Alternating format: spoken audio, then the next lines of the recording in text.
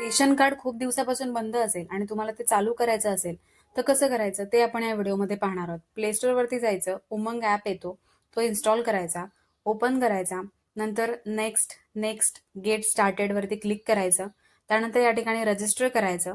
Register हेअरवरती click केल्यानंतर तुमचा mobile number टाकायचा, स्टेट टाकायचा, आय ॲग्रीवरती क्लिक करायचं आणि कंटिन्यू करायचं. परमिशन विचारली जाईल ते अलाव करायची. एक एमपिन सेट करायला येतो तो सेट करायचा. आता इथे वरती सर्च बार आहे, त्याच्यामध्ये मेरा रेशन म्हणून सर्च करायचं. मेरा रेशन सर्च केल्यानंतर तुम्हाला ते ऑप्शन दिसेल युअर रेशन कार्ड डिटेल्स, त्यावर क्लिक करायचं. रेशन कार्डचा नंबर टाकायचा तुमचा आणि चेक डिटेल्स वरती क्लिक करायचं. तुम्हाला डिटेल्स भेटून जातील. प्रत्येकाच्या आधार सीडेड वरती येस लिहिलेलं असेल तर तुमचं रेशन कार्ड ऍक्टिव्ह असेल आणि तसं नसेल तर तुम्हाला केवायसी साठी ऑप्शन दिसेल. केवायसी वरती क्लिक करायचं. तुमचा जो नंबर आहे आधार कार्डचा तो टाकायचा. ओटीपी येतो मोबाईलला, तो ओटीपी सबमिट करायचा. 25 ते 30 दिवसामध्ये तुमचं रेशन कार्ड चालू होतं.